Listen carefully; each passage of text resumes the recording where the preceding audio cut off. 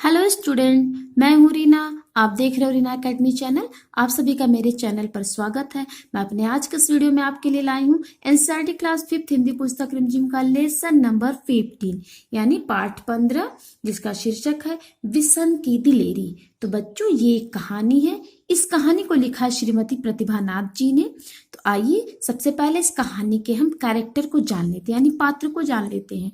तो इस कहानी में बच्चों मुख्य पात्र है विसन नाम के 10 वर्ष के एक लड़के का, और दूसरे पात्र हैं कर्नल दत्ता जी, तीसरी है उनकी पत्नी, और आगे कुछ शिकारी जो कि गौण पात्र में है।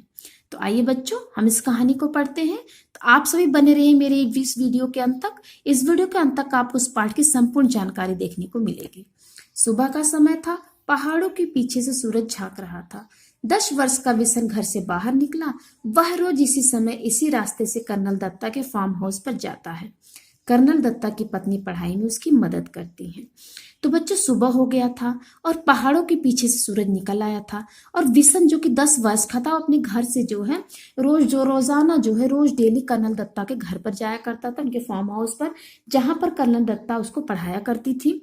और फार्म में लगे सेबों के बाग में कीटनाशक दवा का छिड़काव हो रहा था। यानी फार्म पर, जो कर्नल दत्ता का फार्म हाउस था, वहां पर सेबों के बाग लगे हुए थे, जिसमें कीटनाशक यानी फसल को जो नष्ट करने वाले, फसल को नुकसान पहुंचाने वाले जो कीट पतंगे होते हैं, उनको खत्म करने के लिए कुछ दवाएं छिड़की जा रही थी, छिड़काव हो रहा था। उसको कीटनाशक दवाएं कहते हैं।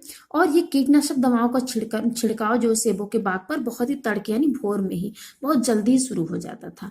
और विशन पगडंडी से अभी तक सड़क पर आ ही रहा था कि उसे गोली चलने की आवाज सुनाई दी।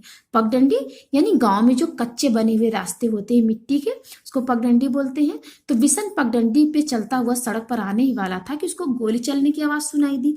उसने अपने इधर उधर देखा, दोनों साइड उसे कोई नहीं दिखा। वह कुछ ही दूर चला कि उससे फिर से गोलियां चलने की आवाज सुनाई दी, और इस बार एक नहीं 2-3 गोलियां एक साथ चली थी। गोलियों की आवाज से पूरी घाटी गूंज गई। पंछी घबरा गए, आसमान में गोल गोल चक्कर काटने लगे। विशन सहम कर पेड़ों की आड़ में छिपकर खड़ा हो गया।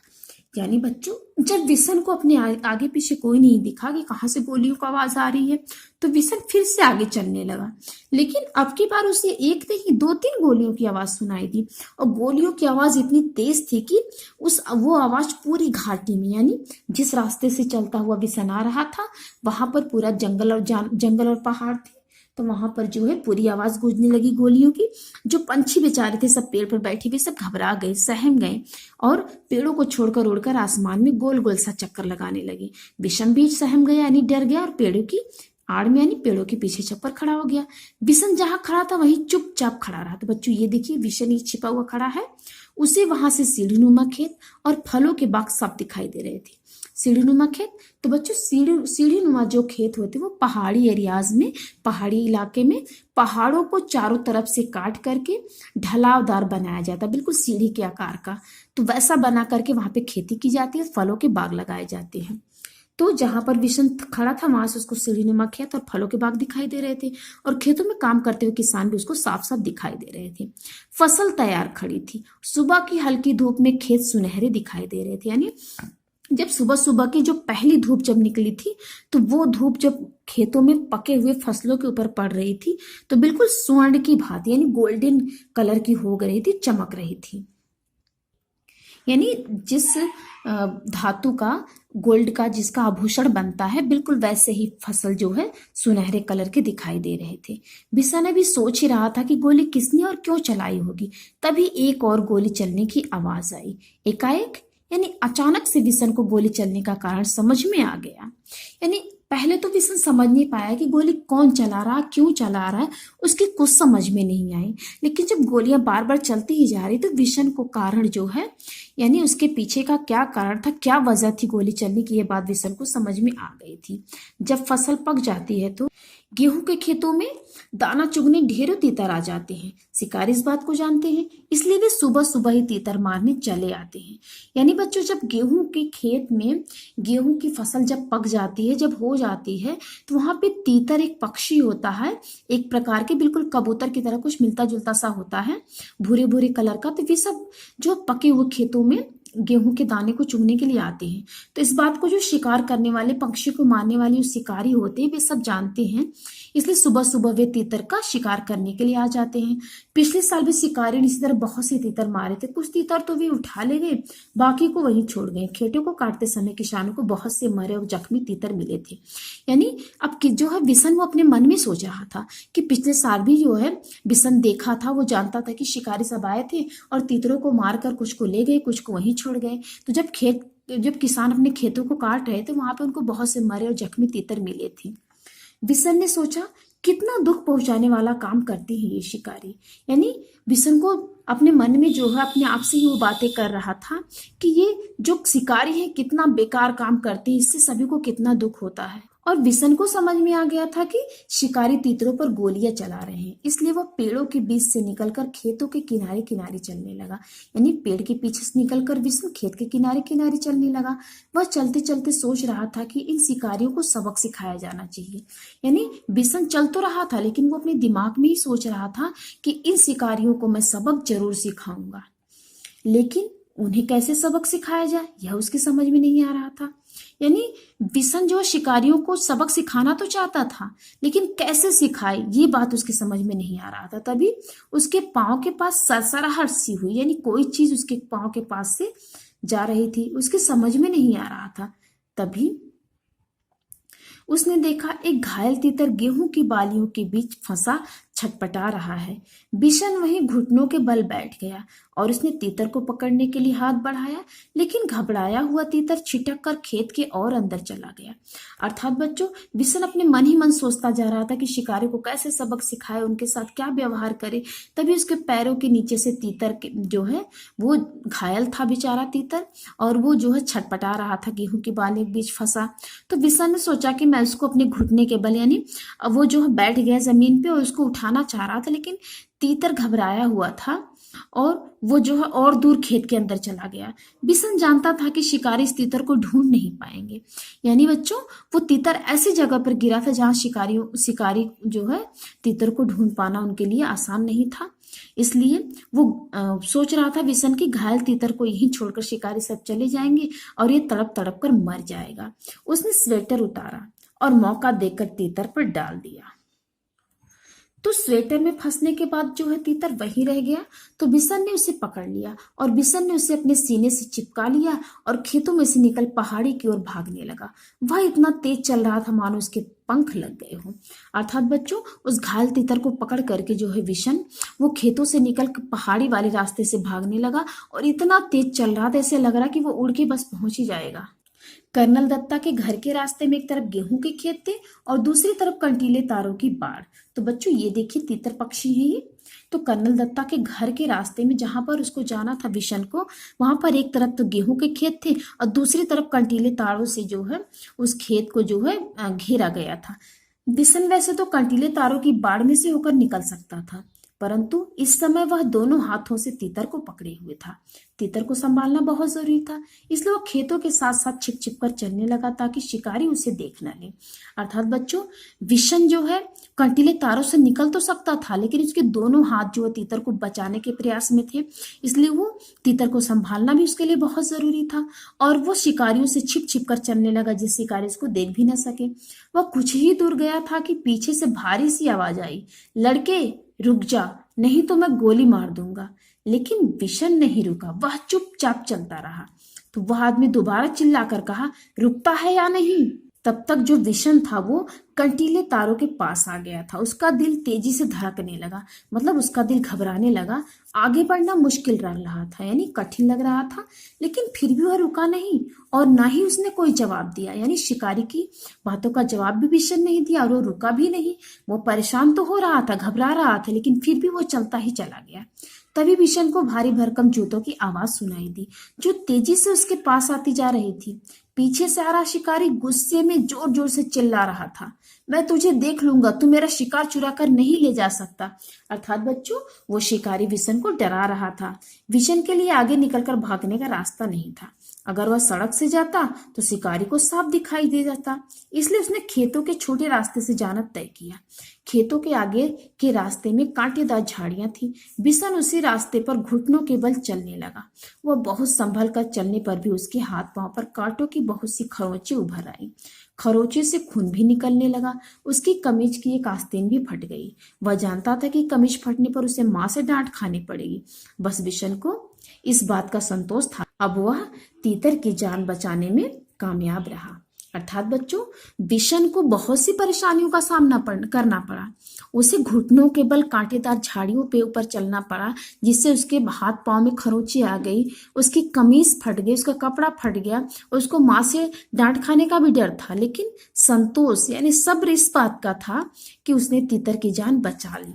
झाड़ी से बाहर आकर वह सोचने लगा कि कैसे पहाड़ी के कोने से फिसलकर नीचे पहुंचा जाए, लेकिन उस कोने में घास बहुत ज्यादा थी और ओस के कारण फिसलन भी। बिशन थक कर वहीं एक किनारे बैठ गया।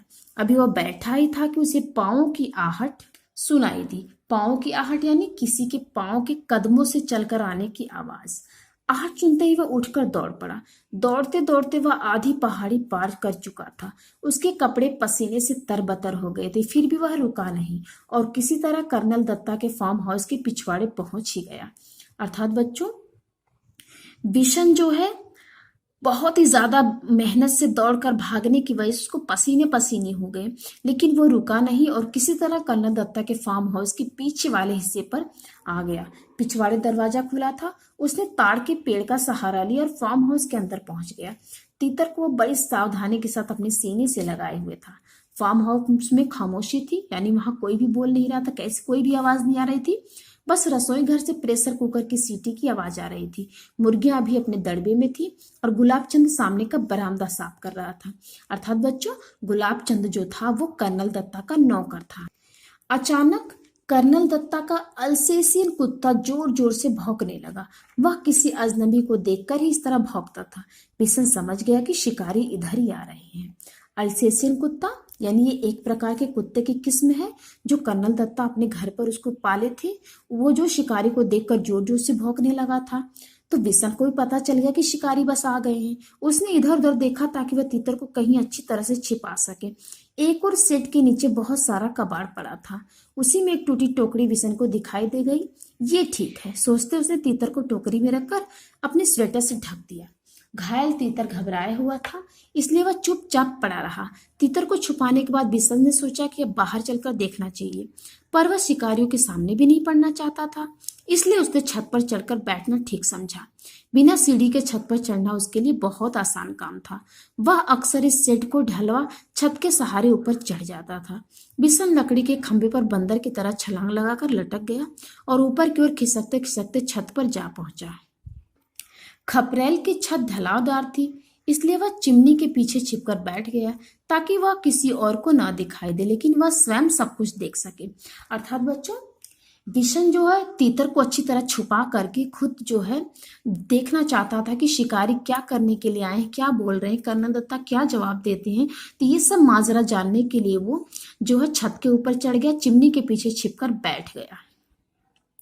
उसने देखा कि दो शिकारी इधर ही चले आ रहे हैं। उनको देखकर कर्नल साहब का अल्सेशियन कुत्ता जोर जोर से भौंक रहा था। कर्नल ने कुत्ते को डांटा, चुप रहो, पर वह ना माना। पिछले दोनों पांवों पर खड़े होकर वह उछल उछल कर भौंकने लगा। वे दोनों शिकारी करीब आ गए तो कर्नल ने रौबदार आवाज में पूछा, कौन? रौबदार आवाज बच्चों यानी बहुत ही गंभीर और भारी आवाज में, यहाँ किस लिए आए हो? तो शिकारी बोले, साहब हम शिकारी हैं, हर साल यहाँ शिकार के लिए आते हैं। कर्नल दत्ता ने बोला, अच्छा, तो तुम ही लोगों के गोलियों की आवाजें गूंज रही थी सुबह से? तो शिकारियों ने कहा, जी हाँ, हमारे पास लाइसेंस वाली बंदूक है और सरपंच माधो सिंह भी हमें जानता है। तो कर्नल दत्ता ने कहा उनका मजाक उड़ाते हुए, तो तुम हर साल तीतरों का शिकार करते हो? शिकारी ने कहा, जी हाँ, तीतर भी मार लेते हैं कभी कभी।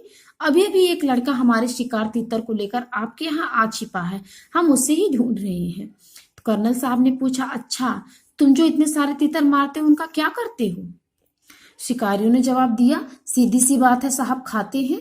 फिर कुछ रुक कर बोला, अब तो उस लड़के को ढूंढवा दीजिए साहब, वह इधर ही कहीं छुप गया है। कर्नल दत्ता ने उसकी बात पर कोई ध्यान नहीं दिया और गुस्से से कहा, कैसे हो तुम लोग? हर साल आकर इतने तीतर मार डालते हो, कुछ को खा लेते हो और बाकी को घायल करके यहाँ तड़प तड़प कर मरने के लिए छोड़ जाते हो। जब फसल कटती तब ढेरों मरे हुए तीतर मिलते हैं।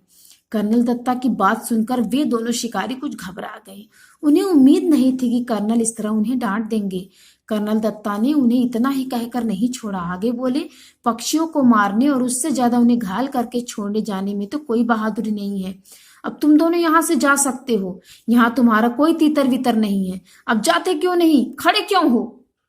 बिशन चिमनी के पीछे से सब देख और सुन रहा था। वे दोनों शिकारी बिना कुछ बोले मुड़े और वापस चले गए। अर्थात जब कर्नल दत्ता ने उनको डांट लगाई तो वे दोनों शिकारी वहां से बिना कुछ कहे वापस चले गए। कर्नल दत्ता ने गुलाबचंद से दवाई छिड़कने वाली मशीन लाने को कहा। तभी बिशन छप्पर के सेट पर होता हुआ नीचे कूद पड़ा। उसने तीतर को उठा लिया और घर में घुसते ही मालकिन को पुकारने लगा, बहू जी जल्दी आइए, यह बहुत जख्मी है, आकर इसे देखिए। अर्थात बच्चों, शिकारियों के चले जाने पर जो है बिशन कर्नल दत्ता की पत्नी के पास तीतर को लेकर गया। बिशन की आवाज सुनकर कर्नल दत्ता भी अंदर आ पहुंचे और बोले, अच्छा तो तीतर चुराने वाला लड़का तू ही था? तो बिशन बोला, क्या करता बाबूजी, इसे बहुत चोट लगी थी, अगर मैं ना लाता तो यह मर जाता। तो कर्नल दत्ता ने पूछा, अब तो इसका क्या करेगा? बिशन ने कहा, इसे पालूंगा बाबूजी। कर्नल साहब मुस्कुरा दिए। उन्होंने घायल तीतर को देखा, उसका एक पंख टूट गया था, अब शायद ही वह उड़ सके, अर्थात वो उड़ेगा कि नहीं इसका भरोसा नहीं था। तो उन्होंने कहा, कर्नल दत्ता ने, जाओ दवाइयों का बक्सा लेकर आओ। बिशन दौड़कर बक्सा ले आया। कर्नल दत्ता ने तीतर के पैरों का जख्म साफ किया, फिर दवाई लगा दी, पंख को लपेटकर टेप लगा दिया ताकि वह ज्यादा हिले डुले नहीं। फिर उन्होंने बिशन से कहा, बिशन अब तुम इसे गेंदे के पत्तों का रस दिन में 2-3 बार पिलाओगे तो यह जल्दी ठीक हो जाएगा। तब तक बहू जी एक कटोरी में दलिया ले आई और तीतर को दलिया खिलाते हुए बोली, इसे रोज दलिया भी खिलाना बिशन, तीतर को दलिया बहुत पसंद होता है। कर्नल दत्ता ने हंसते हुए कहा, तब तो यह बिशन के पीछे पीछे ही घूमता रहेगा। तो बहू जी ने यानी कर्नल दत्ता की पत्नी ने कहा, अच्छा बिशन, तुम जानते हो तीतर कैसे बोलता है? तो बिशन ने अपने मुंह के ऊपर आवाज जो हाथ रखकर ढक कर के मुंह को तीतर की आवाज निकाली, quack quack quack. Colonel Datta ठहाका मारकर हंस पड़े। बहू जी यानी कर्नल दत्ता की पत्नी भी मुंह पर पल्लू रखकर हंसने लगी।